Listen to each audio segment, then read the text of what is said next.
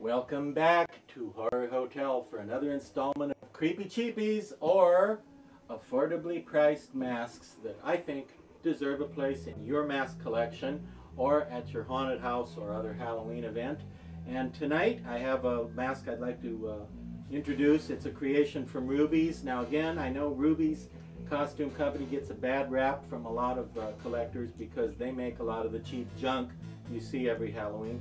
But you know, in the first place, somebody has to make the cheap junk. Why not them? And in the second place, in recent years, they really have introduced a lot more collectible stuff, and they don't make exclusively cheap junk. They do make some decent stuff too. For example, this thing from the movie Priest, which 35 people saw when it came out in 2011, aka Priest in 3D. They were very keen to get the in 3D part right there in the title and make sure we all knew it was in 3D. I think this is a very creepy mask. It's full head latex, as you can see, has the full neck, no slit up the back, which is a nice thing if you're a collector. And there are little tiny eye holes cut out here, a little network of them between those little fleshy, stretchy, tendony areas over where his eyes would be. I'm going to show you the side view. Look how nicely the depth has been carried off here with the teeth and the tongue and the jaws and all that. Cool mask, I think. Retails for around $35 to $40. Not bad, really, for that price. And I have not fixed this one up or anything.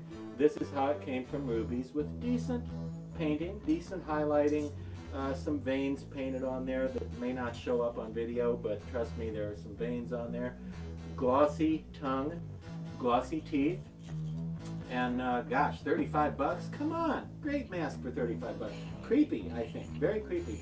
Now this mask is just called Vampire. That's the only name of it. Apparently the people who did the stuff for the movie Priest in 3D thought this is what vampires would look like. And I know a lot of people are going to see this and be like, what? That's not what vampires look like. I'm sure they didn't see Hellraiser when they designed this. But, you know, really vampires can look like anything. There are lots of different species of vampire. There are different kinds of folklore, different stories, different types of vampires in different parts of the earth. And who's to say that there couldn't be some vampires that look like this thing looks? I mean, you know, personally, my favorite vampires are like the old school, like Bela Lugosi and Christopher Lee type vampires. Those are my favorites, but this could be a vampire. I don't know. There could be something that looks like that. It's still a creepy mask. Well, for example, what about Count Chocula? Is he a real vampire? I think he is. I don't know, because he wears brown instead of black, so he's not quite goth. Does Count Chocula actually bite people's throats and suck their blood out to sustain himself?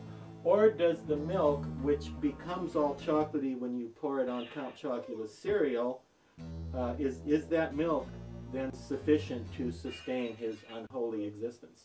I don't know. But I'm just saying there are different vampires for different folks.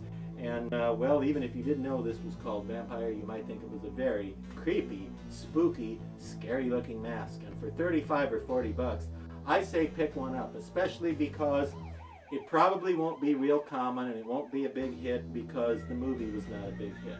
So it'll be one of those masks that's easy to overlook, easy to slip through the cracks. And now it's time for me to go have a bowl of Count Chocula.